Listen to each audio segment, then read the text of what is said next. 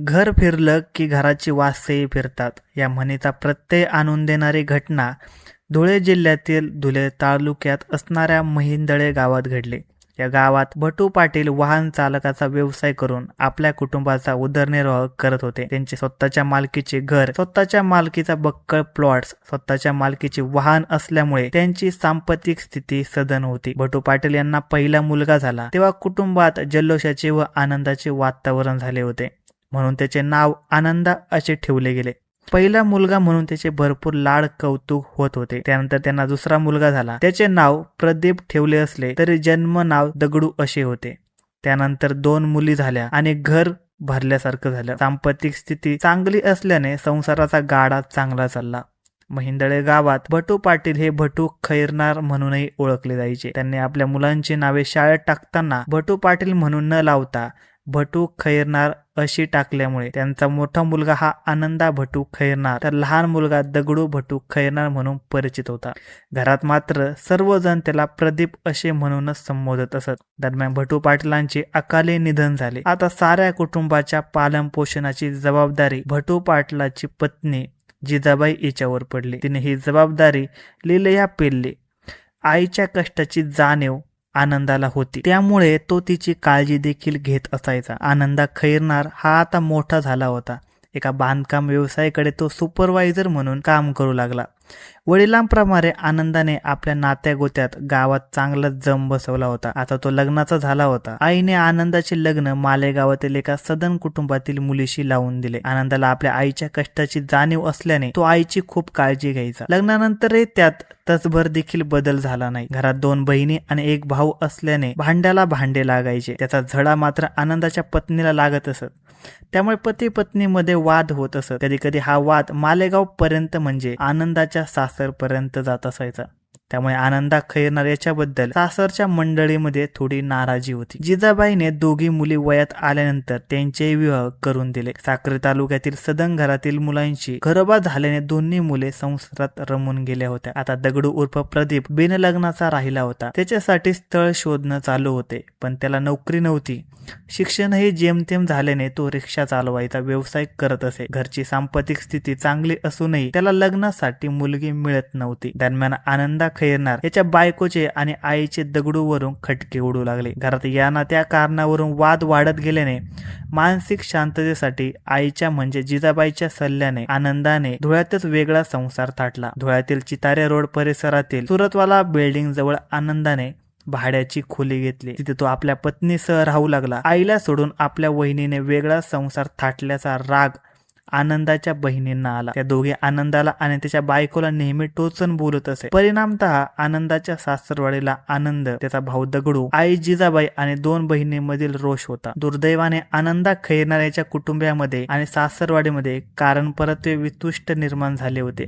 या पार्श्वभूमीवर अचानक आनंदाच्या पत्नीचे निधन झाले. आपल्या मुलीच्या मृत्यूस तिच्या सासरचे लोक कारणीभूत आहेत असं म्हणत आनंदाच्या सासरच्या लोकांनी त्यांच्या विरोधात पोलीस ठाण्यात फिर्याद दाखल केली. त्यामध्ये त्यांनी या सर्वांवर गंभीर आरोप केल्याने आनंदा पाटील आणि त्याचा भाऊ दगडू, आई जिजाबाई आणि 2 बहिणी यांना बराच कालावधी तुरुंगात राहण्याची नौबत आली होती. प्रदीर्घ संघर्षानंतर आणि न्यायालयीन लढ्यानंतर न्यायालयाने या सर्वांची जामिनावर सुटका केली. पत्नी विरहाने आनंदा दुःखी झाला होता. त्यातच तिच्या माहेरच्या लोकांनी त्यांना तुरुंगात टाकल्याने आनंदा मनाने खचून गेला होता. त्याची अवस्था आईला पाहवत नव्हती. म्हणून प्रसाने जिजाबाई पाटील खैरनार यांनी त्याच्यासाठी मुलगी शोधून त्याचा विवाह करून दिला. आनंदाच्या आयुष्यात नवे पर्व सुरू झाले असले तर या आनंद फार काळ टिकला नाही, कारण आनंदा आणि त्याच्या दुसऱ्या बायकोमध्येही बेबनाव झाला. त्यांच्यामध्ये दुरावा निर्माण झाला. ही बाब आईला समजतात ती व्याकुळ झाली. हे लग्न टिकावे म्हणून तिने खूप प्रयत्न केले, पण ते निष्फळ ठरले आणि एक दिवशी आनंदाची दुसरी बायको त्याला सोडून गेली. एकामागून एक संकटे आल्याने धीरोधात जिजाबाई खचून गेली होती. पतीच्या पश्चात तिने आपल्या 2 मुलांना वाढवले होते. मुलींची चांगल्या स्थळी लग्न लावून दिली होती. मोठ्या मुलाचाही 2 वेळा विवाह लावून दिला, पण ते 2 विवाह अपयशी ठरले होते. अशा कारणाने जिजाबाई खचून गेली. तसे पाहायला गेले तर जिजाबाईने आपल्या पतीच्या पश्चात्याने मिळवलेली संपत्ती टिकवली होती. ती लोकांच्या मदतीला धावून जात असल्याने गावात तिलाही मान सन्मान मिळाला होता. पण नशिबापुढे काही चालत नाही. त्याप्रमाणे तिच्याही आयुष्याचे वाटोळे झाले. तिने आता धसकाच घेतला होता.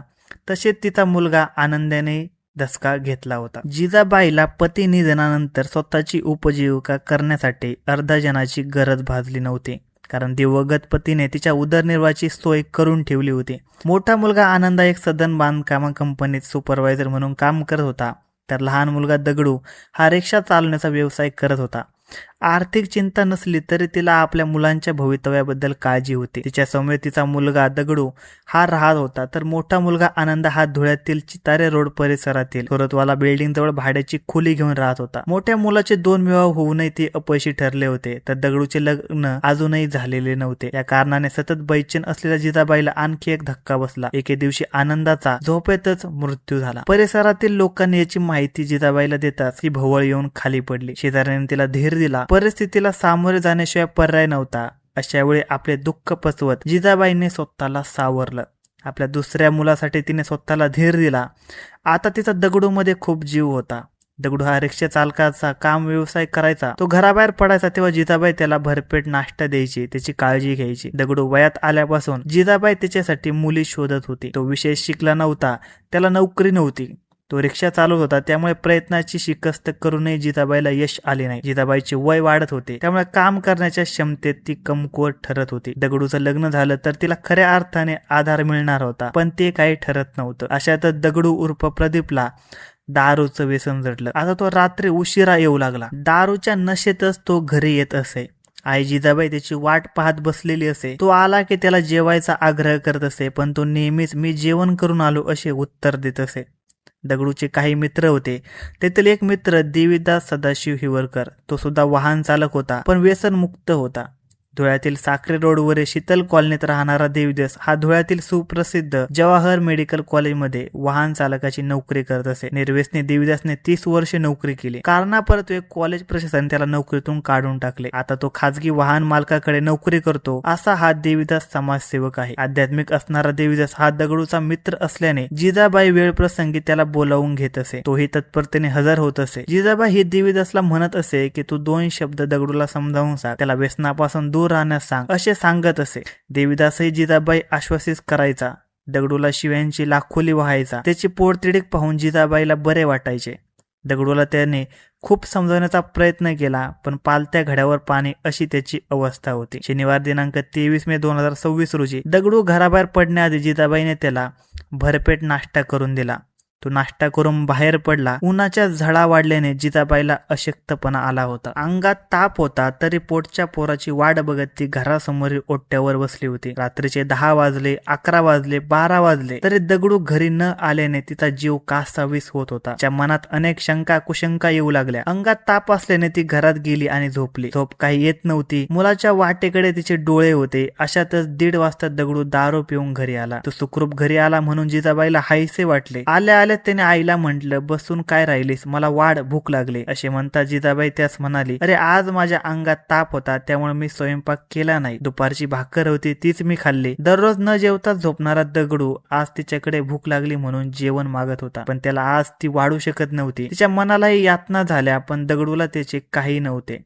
तो म्हणाला, माझे लग्न करून दिले असते तर माझ्या बायकोने मला वाढले असते. त्यावर जिजाबाई म्हणाले, तुला कोणी नाही म्हटलं होतं लग्न करायला. असे म्हणताच ती स्वयंपाक खोलीत जाऊ लागली. त्यावरून दोघांमध्ये वाद झाला. त्यावेळी जिजाबाई अनपेक्षितपणे बोलून गेली, काय नशीब आहे जो माझ्या पोटी असा मुलगा जन्माला आला. तिचे उदिग्र बोलणं ऐकताच दगडू संतापला. त्याला राग अनावर झाला. मागचा पुढचा विचार न करता त्याने रिक्षासाठी आणलेले पेट्रोल आपल्या आईच्या अंगावर ओतले आणि दुसऱ्या क्षणी काडी लावून तिला जिवंत पेटवलं. जिजाबाईच्या अंगाची लाही लाही झाली. ती जनावराप्रमाणे ओरडू लागली आणि सैरा वैरा घरातच पळू लागली. तिच्या आवाजाने शेजारी पाजारी जागी झाली. ती जिजाबाईच्या घराकडे धावत आले. त्याने आग शमवण्याचा प्रयत्न केला आणि गंभीर भाजलेल्या जिजाबाईला रिक्षात टाकून भाऊसाहेब हिरे मेडिकल कॉलेजच्या जिल्हा रुग्णालयात आणले. आईला पेटवल्यानंतर दगडूला पश्चाताप झाला आणि त्याने आपल्या मित्राला देवीदास हिवरकरला फोन करून रुग्णालयात बोलावून घेतलं. तो रुग्णालयात आला आणि स्ट्रेचरवर झोपलेल्या जिजाबाईला त्याने हे कसं झालं विचारलं, तेव्हा ती म्हणाले, देवा मी काय वाईट केलं. दगडूने माझ्या अंगावर पेट्रोल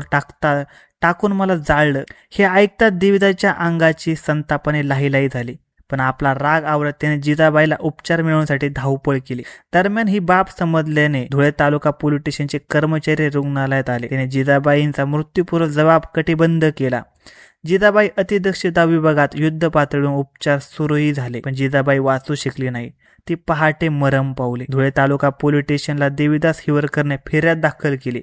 दगडू उर्फ प्रदीप भट्टू खेरनार याच्या विरुद्ध भारतीय न्यायसंहिताचा कलम अन्वये गुन्हा दाखल करून त्याला गजाआड करण्यात आली. जी आई आपल्या पोटच्या मुलाची रात्री उशिरापर्यंत वाट पाहत बसली होती, त्याच मुलाने आपल्या आईच्या अंगावर पेट्रोल टाकून जाळून मारावे, ही संतापजनक घटना प्रत्येकाच्या शरीरावर शहारे आणणारी आहे. धन्यवाद मित्रांनो. अशाच नवनवीन मराठी क्राईम स्टोरीज ऐकण्यासाठी आता आपला युट्यूब चॅनल क्राईम कट्टा याला सबस्क्राईब करा.